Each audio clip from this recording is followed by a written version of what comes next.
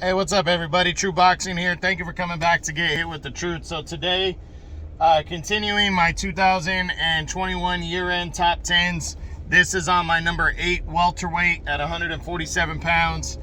Contender Abel Ramos, former world title challenger, actually. Ramos entered the year coming off of a loss to Dennis Ugas in 2020 for the vacant WBA regular title, but he fought hard in that one. The fight was scored a split decision. I didn't feel the fight was as close as they scored it, but hey, he fought hard for sure, and it ended up being a close decision. But Ramos came into the year wanting to bounce back into things, and he got a big opportunity in May as he got to take on former world champion Omar Figueroa Jr., who, Figueroa lost to Ugas before, so by a decision. And, Ramos came in needing to make a dent, needing to make an impression. And boy, did he do that as he went out there and completely dominated Figueroa, stopping him in 6 rounds in that fight as he bounces back in a major way and has put himself in serious contention now. So, Ramos, that was the only fight that he had in 2021, but it was a big victory for him. And now, pushing forward, he's in the top 10, which is a big deal. He's currently not ranked right now, or he wasn't ranked coming into the year, but he's 30 years old, so he's still in his physical prime. Overall, he's 27-4 with 21 knockouts, so this guy's dangerous. He can knock people out, and he's definitely in there to play. This guy really, he's taken on Jamal James before and lost a tight decision to Jamal James. Also, so he's been in there with good competition. His highest ranking is currently number 4 by the WBA.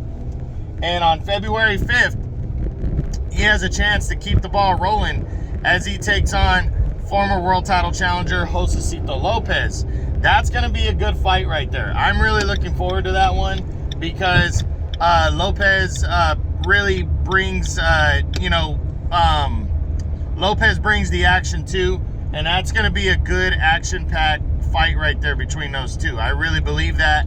I believe Ramos and Lopez can really steal the show that night, but to be honest, if Ramos comes in as ready as he's been the last couple of years for his fights, I really believe that Ramos is going to dominate Lopez in this fight, take him into the deep waters, and I think he's going to stop Josecito Lopez. That's my prediction on the fight, but Lopez has also had a breath of fresh air, drinking from the fountain in youth at 37. He's had also had his last 2-3 years in the ring, and he's looked very well, so very good.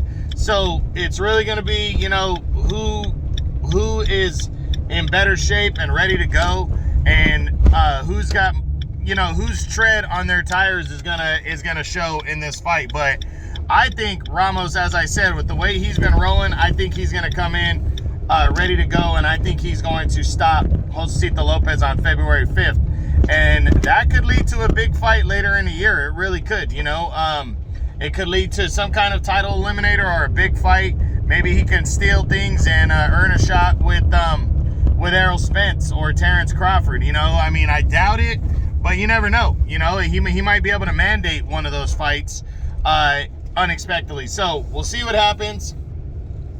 We'll see what happens for Abel Ramos, but he really does have everything at his disposal right now. He's got options. He fights for the PBC, and they control 147.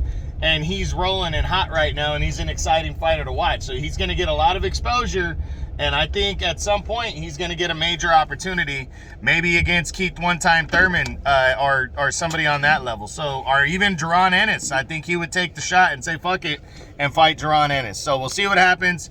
But that's the 2021 year-end top 10s continued with my number 8 welterweight in the world right now at 147, former world title challenger Abel Ramos. I hope you guys enjoyed it. True Boxing, you've been hit with the truth.